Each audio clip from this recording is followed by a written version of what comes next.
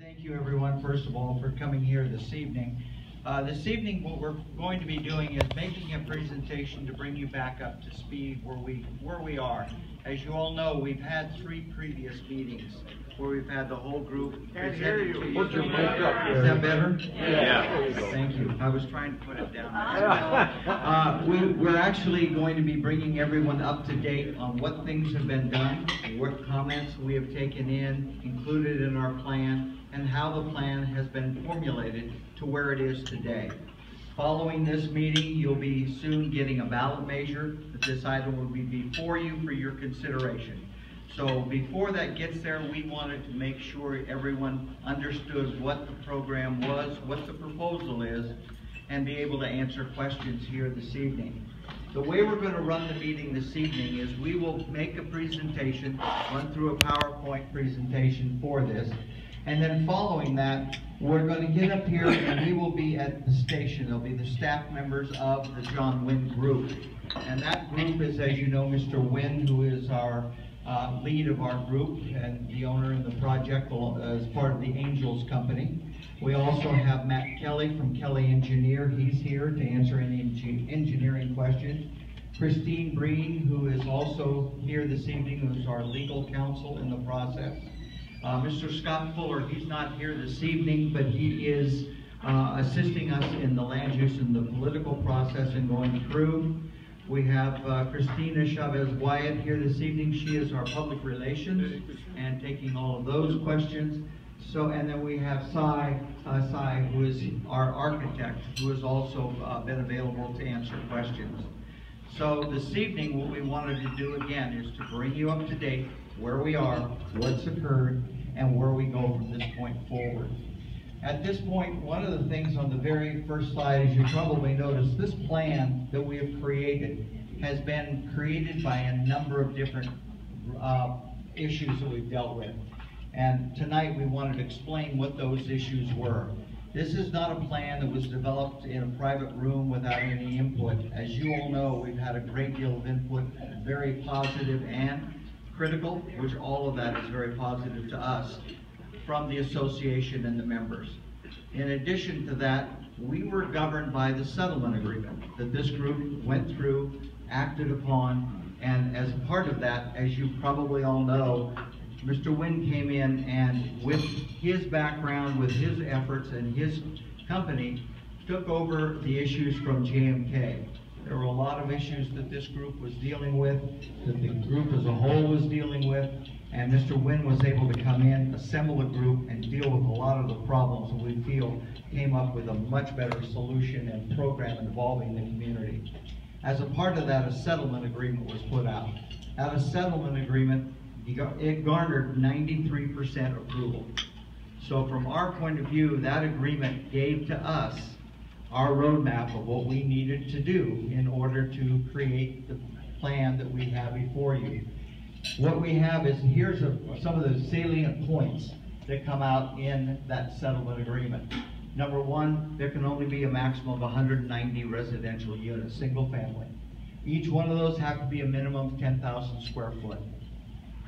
And where those lots back up to other existing lots, from property line to property line, there has to be a minimum of a 50-foot open space setback area, buffer area is what it's called, that separates the homes so that they don't feel like they're just set down right on top. When you add the 20-foot setback that is required by the county on the zoning, you have a minimum of 90 feet between residence building and residence building. So that gives you kind of a perspective of how much distance is going to be before through those. As a part of this also, Ridgemark Drive has got to be improved. And we have to do Ridgemark Drive to a 4-lane right-of-way from Highway 25 to Donald Drive. And that 4 lanes depends upon the availability of right-of-way width in order to accomplish that. If not, it goes down to 3 lanes. Right now, Kelley Engineering is actually doing the study, the traffic study, to determine if there is adequate right-of-way. And at this point, it appears as though there is right-of-way adequate to handle 4 lanes, but that final decision will be made once Mr. Kelley has finished his work on the right-of-way program. before any home is occupied, before any of the commercial is occupied, that road has to be installed and improved. Along with that is a new gatehouse. The gatehouse that you have right over here on Ridgemark Drive will be replaced. We're going to show you in this presentation what is envisioned as a part of that program of what we would like to see at the gatehouse area. But that has to be done. The South Ridgemark Drive, that gatehouse has to also be improved as part of the settlement agreement. So when you start looking at all the pieces that come in, we have a whole set of design criteria that we had to meet in order to come before this group, in order to present a plan that would be ready to go on through the political process. Once we've gone through the association vote, we will then be going on to the county.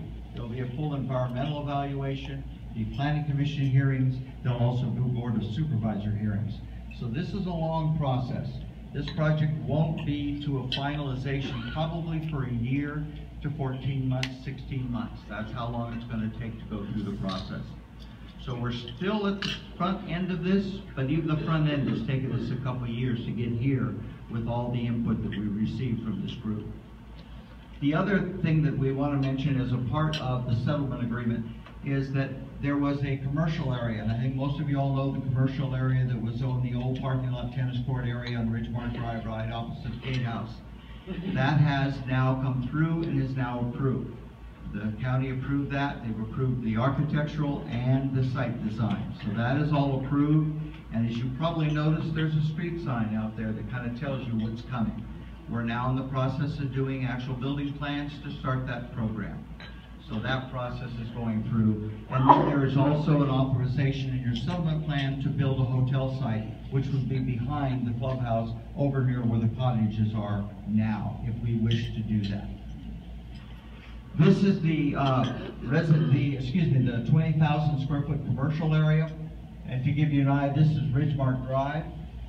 These are the units, the multiple family units here. The old tennis court area is right here. The building that is the office building that is at the entrance is right up on the top where it says A&M. And then this is the area that we're looking at going in and creating a commercial area. That's 20,000 square foot. Again, like the residential, if this goes first, which it is going to be going before the residential. So when this goes, we have to finish the road, finish the gatehouses, both of them, and do those requirements that this group voted on in your settlement agreement.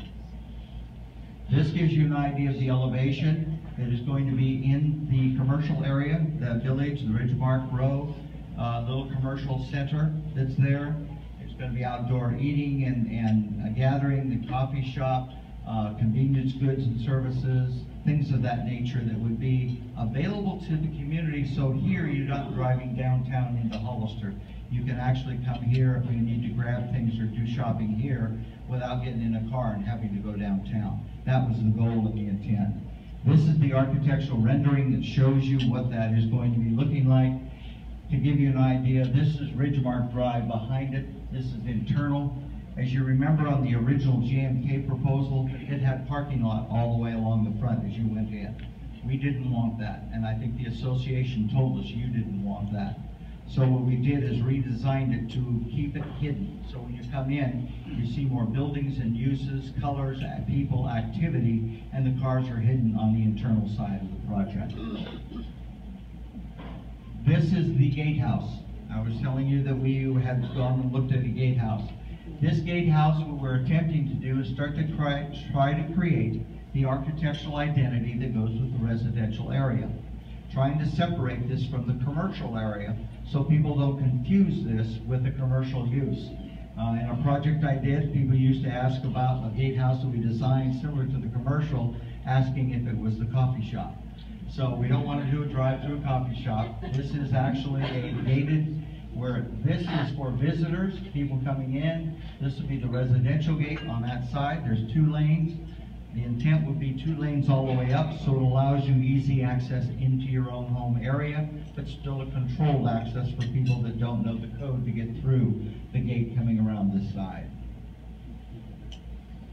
One of the things also that we've done in the project, Mr. Wynn has attempted to not wait for approval or wait for things to go ahead and start with the major project. He's attempted to incorporate improvements as we've gone through this project. And I think you've seen some of those things in the new tennis court that has been, they've actually resurfaced tennis courts that have been done. That's an expense that he has done. He's also incorporated some tree trimming and cleaning up to the tune of about $100,000. It's just been spent on solely doing tree cleanup and safety work and fire control in the weed abatement areas, things of that nature.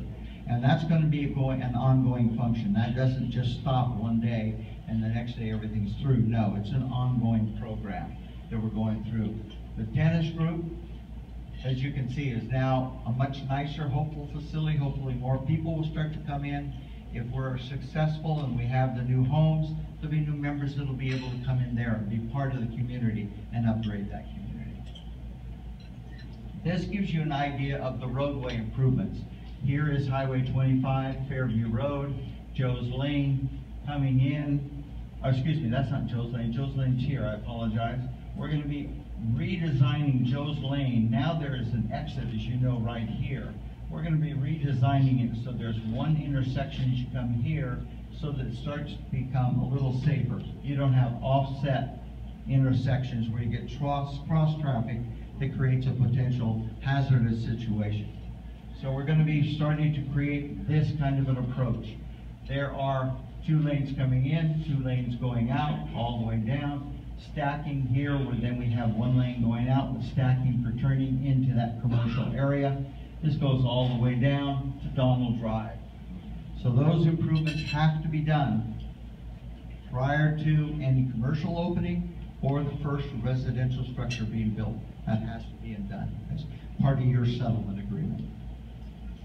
This was an exhibit we did in an attempt to try to show you how this setback buffering area works and what we're doing. This is a specific area that actually goes from Marks Drive on over to Donald Drive, and it's in the area that we're looking at as phase 2, which I'll show you in a moment. These are actual dimensions. There's a new street proposed. Here is a home that would be located on a new lot. There is, in this case, 70 foot back, more than the 50 required. It's a 70-foot area, and then the existing structure. Over here, there's again 70 and the existing structure. So all of a sudden you find from home to home, on this side 151 foot, on that side 166 foot.